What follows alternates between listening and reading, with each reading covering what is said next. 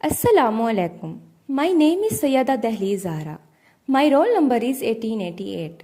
The topic of my presentation is Wetlands and Sanctuaries Protection Problem. Wetlands ज़मीन का वो area होते हैं जहाँ पानी इकट्ठा होता है. ये पानी या तो साल भर रहता है या फिर सीजनल भी हो सकता है. और वेटलैंड्स में मौजूद पानी फ्रेश वाटर भी हो सकता है, ब्रैकिश वाटर भी हो सकता है जिसे हम उर्दू में खारी पानी कहते हैं, और साल्ट वाटर भी हो सकता है. अब हम इसकी टाइप्स पर बात करते हैं. इसकी वेल नोन टाइप्स मंदरजा झैल हैं: marshes, swamps, bogs, fens and mangroves. Marshes दरियाओं और झीलों के किनारों या लो लाइंग एरियाज में वाक़ होते हैं और इनमें सॉफ्ट स्टेम्ड प्लांट होते हैं, मसलन ग्रासेस, रीड्स. रीड्स सरकंडे की तर्ज की एक स्पीशी है जिसको कई इलाकों में कूंद्र भी कहा जाता है. और इसमें शामिल है सेजेस, जिसे कहते हैं कांसी घास. कांसी घास दिखने में तो बिल्कुल आम घास की तरह ही होती है, लेकिन इसकी फैमिली मुख्तलिफ होती है. कांसी घास की फैमिली है साइपरेसी और इनका पानी फ्रेश वाटर या साल्ट वाटर भी हो सकता है. अब हम डिस्कस करते हैं इसकी दूसरी टाइप को, स्वैम्प्स. ये दरियाओं के साथ वो एरियाज होते हैं जहाँ पर सैलाब आते रहते हैं और इनमें ट्रीज और श्रब्स होती हैं और इनका पानी फ्रेश वाटर होता है. अब हम इसकी तीसरी टाइप को डिस्कस करते हैं, बोग्स यानी दलदली इलाके. ये वो वेटलैंड्स हैं जिन एरियाज में रेन वाटर इकट्ठा होता है और यहाँ का पानी एसिडिक होता है. इन वेटलैंड्स में मोसेस यानी काई मौजूद होती है और ऐसे दरख्त भी होते हैं जिनकी ग्रोथ रुक चुकी होती है. उनको स्टंटेड ट्रीज कहा जाता है. अब हम इसकी चौथी टाइप डिस्कस करते हैं, फेंस, जिनको कुदरती आबी चरागाहें भी कहते हैं. इनमें झाड़ियाँ यानी श्रब्स, मोसेस, सेजेस और छोटे छोटे ट्रीज पाए जाते हैं. अब हम इसकी लास्ट टाइप को डिस्कस करते हैं, मैंग्रोव्स. ये एरियाज गर्म खित्तों की साहिली पट्टियों के साथ साथ मौजूद होते हैं और इनका पानी खारी होता है और साल्टी होता है. इनमें उगने वाले पौधों को भी मैंग्रोव्स कहा जाता है. अब हम बात करते हैं कि दुनिया के मशहूर वेटलैंड्स कौन कौन से हैं.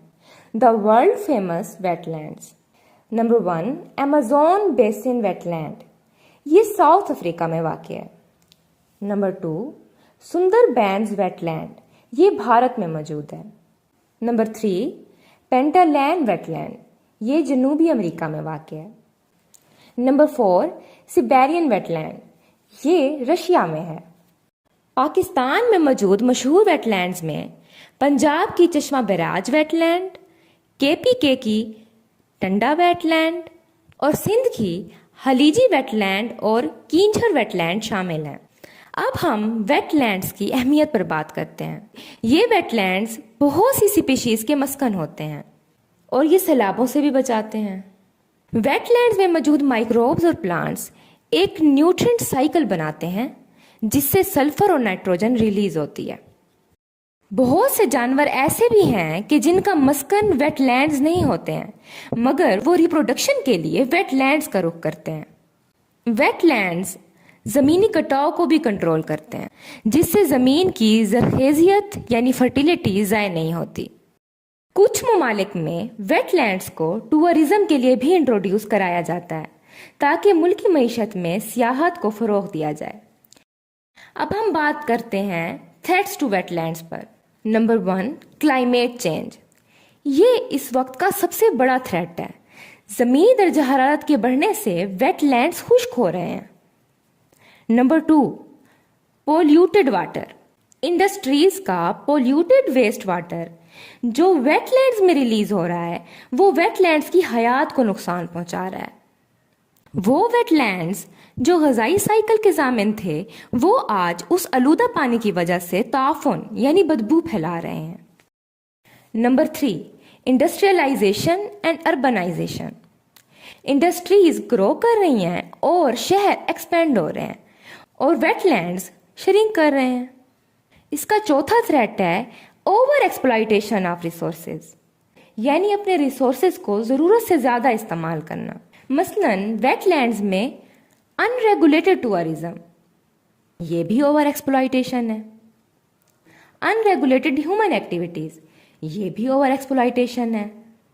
Over fishing, over hunting and cutting of wetland plants, یہ سب چیزیں اوور ایکسپلائٹیشن آف ریسورسز میں آ جاتی ہیں اور یہ ویٹ لینڈز کے لیے بہت بڑا تھریٹ ہے۔ اب ہم چلتے ہیں سینکچوریز کی جانب۔ سینکچوریز ایسے پروٹیکٹڈ ایریاز ہوتے ہیں، یعنی ایسے محفوظ مقامات ہوتے ہیں جو پودوں اور جانوروں کو ہنٹنگ، پوچنگ یعنی روندنا اور ڈسٹرکشن سے بچاتے ہیں۔ اب ہم بات کرتے ہیں تھریٹس ٹو سینکچوریز پر۔ اس کا سب سے بڑا تھریٹ ہے ڈیفورسٹیشن۔ اس میں اللیگل کٹنگ آف ٹریز آ جاتی ہے کیونکہ کوئی پوچھنے والا نہیں ہے، کیونکہ امپلیمنٹیشن آف لا نہیں ہے۔ جن لوگوں نے پروٹیکٹ کرنا تھا وہی ہنٹنگ کروا رہے ہیں اور جانوروں کے باڈی پارٹ سے ٹریڈ کر رہے ہیں، اور جو پکڑے جاتے ہیں وہ جکڑے نہیں جاتے۔ اب ہم ڈسکس کرتے ہیں کانسیکوینسز، یعنی اگر ہم ویٹ لینڈز اور سینکچوریز کی پروٹیکشن کو نیگلیکٹ کر دیتے ہیں تو پھر اس کے کیا نتائج نکلیں گے۔ نمبر 1، قدرتی آفات جیسے کہ سیلاب اور قحط سالی مور فریکوینٹلی آنا شروع ہو جائیں گے۔ نمبر 2، انسانوں اور جانوروں کے لیے disruption of food chain create ہو جائے گا۔ نمبر 3، پودوں اور جانوروں کی ایسی سپیشیز جو پہلے ہی خطرے سے دوچار ہیں، ویٹ لینڈز کے ڈسٹروائے ہونے سے وہ سپیشیز بھی ایکسٹنکٹ ہو جائیں گی۔ نمبر 4، وہ لوگ جن کا ذریعہ معاش ہی ویٹ لینڈز ہیں، جن کا انحصار ہی ویٹ لینڈز پر ہے، مثلاً فشنگ، ٹورزم، اگر ویٹ لینڈز تباہ ہو جائیں گے تو ان کی لائیولی ہوڈ بھی ڈسٹروائے ہو جائے گی۔ اب ہم بات کرتے ہیں کہ ویٹ لینڈز اور سینکچوریز کو جن پرابلمز کا سامنا کرنا پڑتا ہے ان کی سولوشن کیا ہیں۔ Number 1، strict implementation of laws. Number 2، educating the local communities. Number 3، regular checks on the health of wetlands and سینکچوریز۔